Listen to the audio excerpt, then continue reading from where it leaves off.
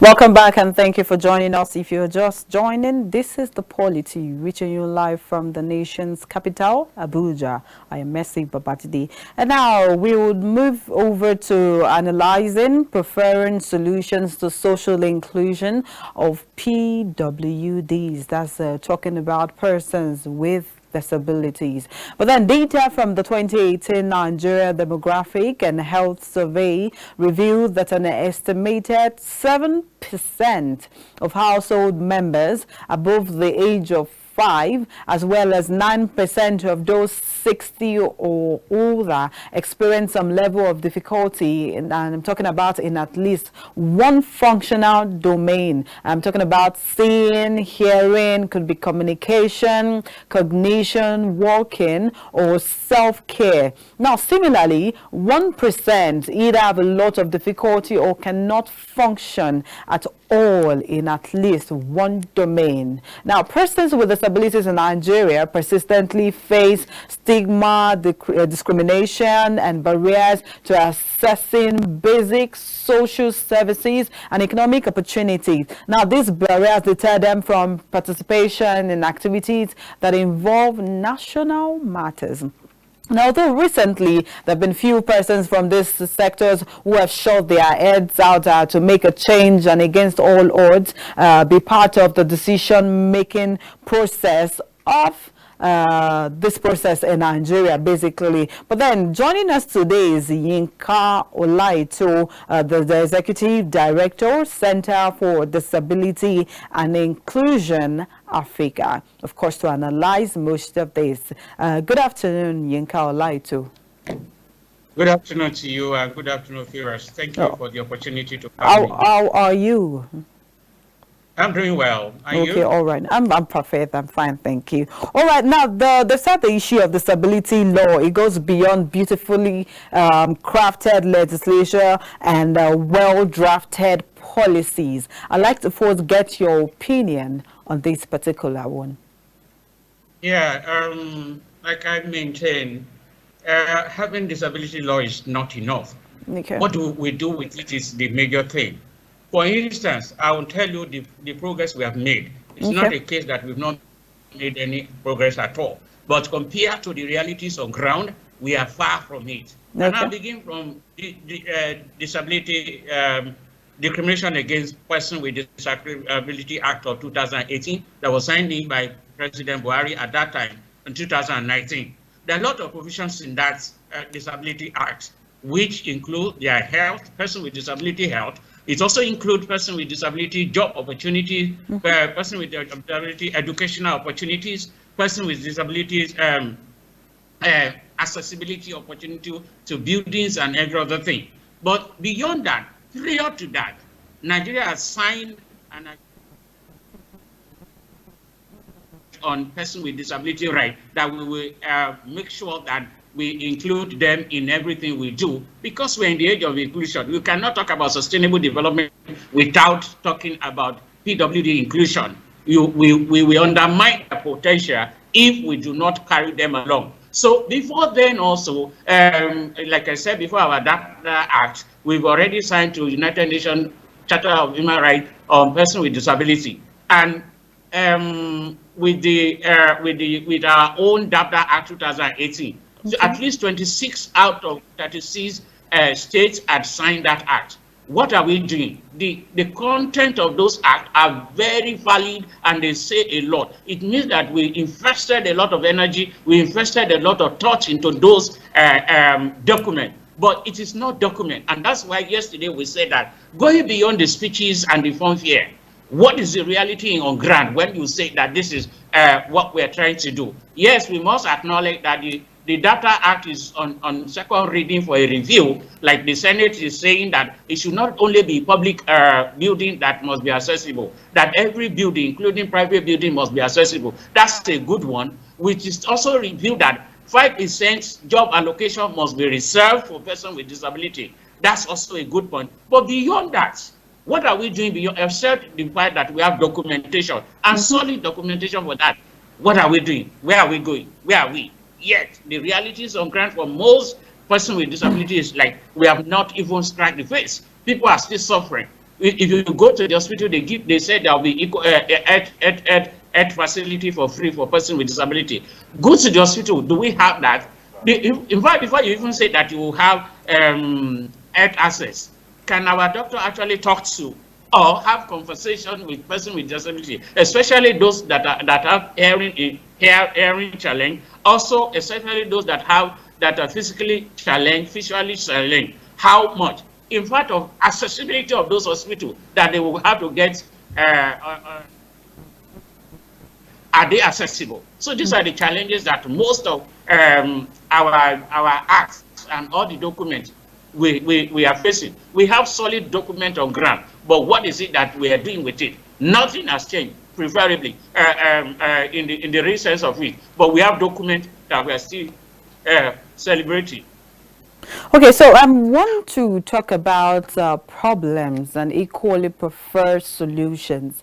And now, given the statistics that we're talking about, the data and all of this that has been read together, what can be done to reduce the stigma set on persons with disabilities? Do we need to have more sensitization, or the government is not doing enough? And you know, this actually goes beyond the government. It even extends to we as citizens generally, that we need to do better. If we are going to really solve this problem, it's a collaborative and joint effort. The society needs to be, there's going to be reorientation about what we believe about disability itself.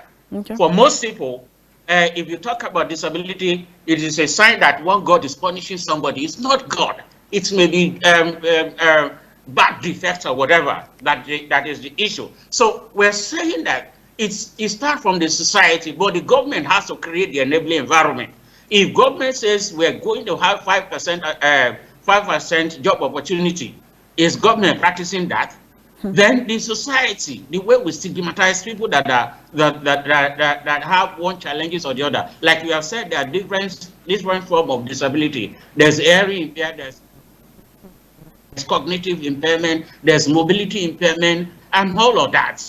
And sometimes it is not the fault of people with disability. Sometimes we say that they are handicapped. They are not handicapped. It's the structure that are handicapped. For instance, I was in Abuja airport yesterday, and I wanted to come to Lagos.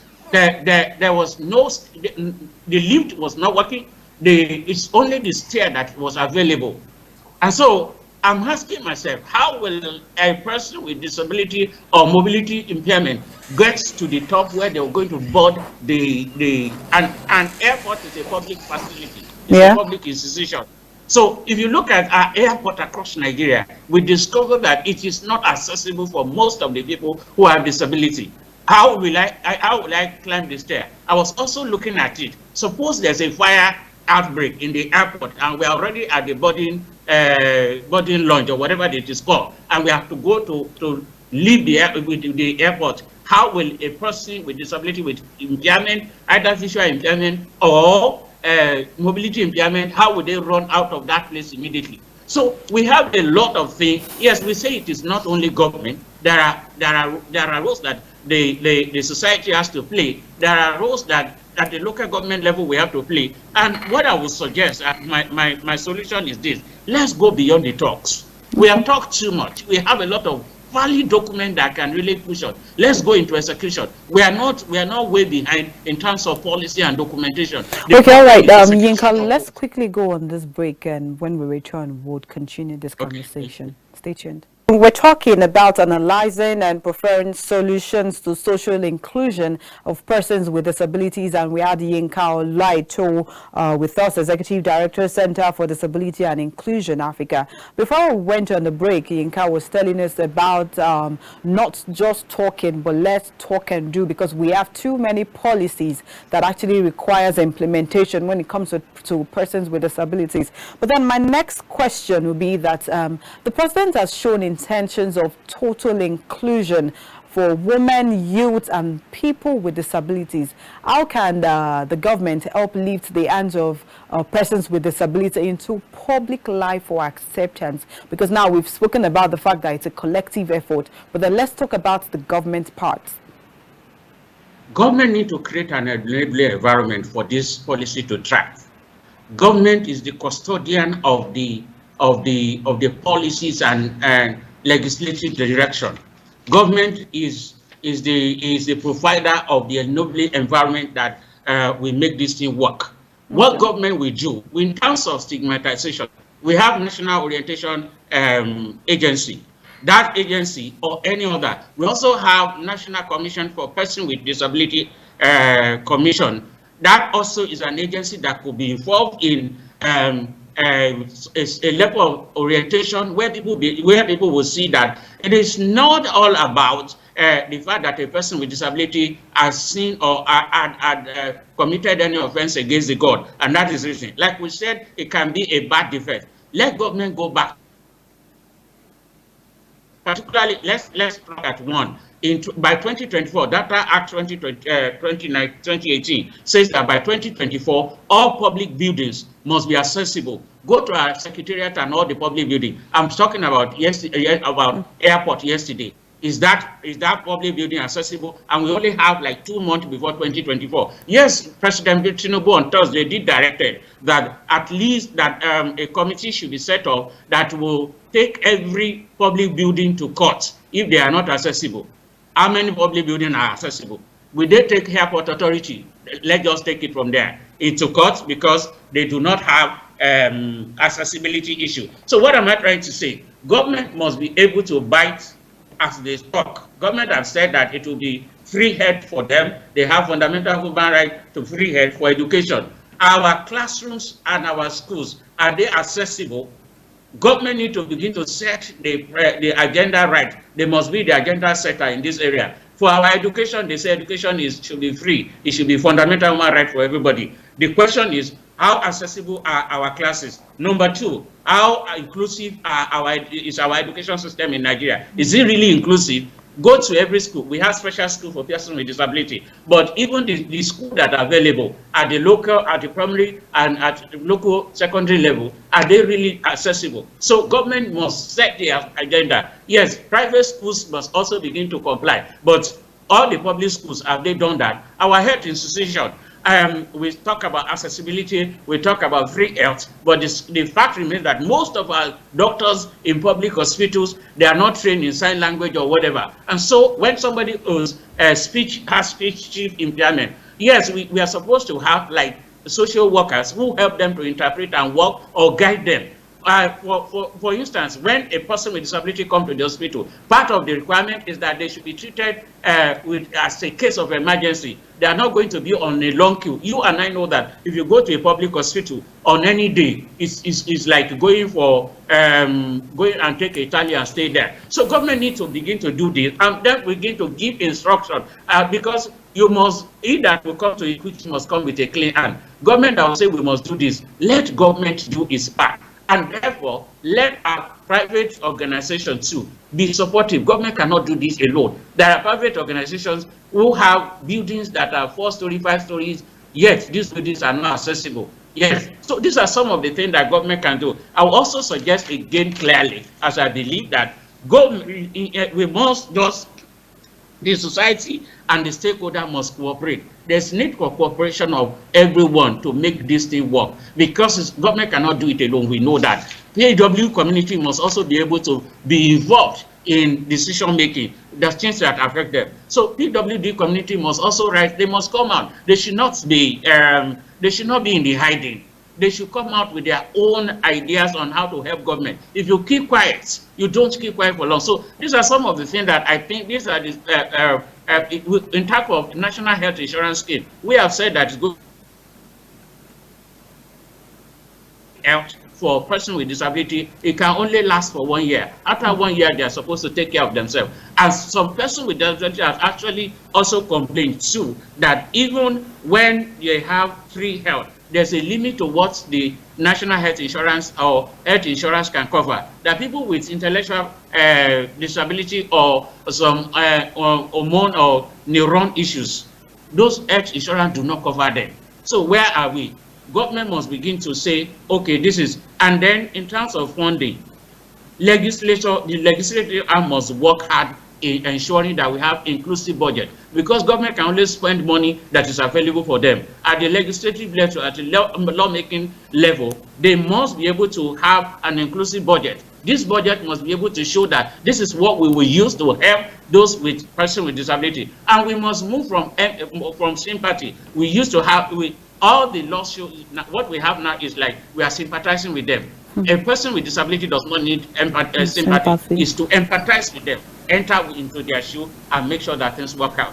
I like the fact that you mentioned not sympathy but empathy, because my next question has to do with discriminations on jobs for persons with disabilities. How do you think this can actually be curbed? Because I know that most times they're seen as people that cannot do certain things because they have certain barriers, which shouldn't be so. We should have a level playing ground for everybody together. So I'd like to get your own opinion on how you think we can tackle this together as we round up.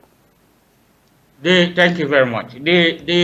All the acts has a fundamental issue. 5% of every employee should be person with disability. Now, if you have 100 employees, at least 5% of that employee should be. It's not a big deal to have 5%. And we must commend some corporate organizations as they are gradually adjusting. But the challenge is, why most organizations are running away is because a person with disability will have a technology and assistive need that will help them, accessibility need. The fact is, in some other client, like Germany or whatever, every organization that employed a person with disability is supported, so that they are encouraged to do that constantly. In Japan, that's the same thing, that every organization, it is on record that they support them. So we can begin to benchmark every organization that is already doing this kind of employment for PWD. We are not saying throw job at PWD, but there are PWD persons, there are persons with disability who are qualified, who are professional on their own end. Hire those people. Thank God for some states. Some states are already having permanent secretary as person with disability. We're not saying give job as a free gift, but identify them, corporate organizations that are actually giving job to them, give them something like a award of motivation, and celebrate them openly. If one of these, if your organization, and for us as at Newsroom too, I also call on Nigeria Newsroom to do what we say we are preaching. There are PWDs who can work as a journalist, who are trained as journalists, who can really work. Yes, they may not go to a conflict zone, but they can actually work. Let's set a sample at our local level. Higher PWD. 5% is not too much out of 100. Okay. So I want to encourage that if there are organizations that are doing it, the only way to encourage them and to entrench this into our system is to encourage those organizations. And if you keep doing it, it may not be a one-day journey, but a 1,000 journey will begin with a step. I think that we can do better if we continue in this way. Thank you for the opportunity. Thank you so much, Yinka Olaito. That was an insightful and powerful one. And we do hope you join us one of those days again to talk on persons with disabilities and other matters raging on the polity. Thank you so much. Thank you. And thank you for having me. All right, bye. Our viewers at home, you've heard the journey of 1,000 years starts one day, and it starts with you and I. So now I'd like you to take the necessary step for your organization to make provisions for persons with disabilities. And if you do not know what you need to do, you might need to probably read up on this act. And this is where we wrap it up for the Polity for today. I remain Mercy Babajide. See you same time, same station tomorrow. Bye.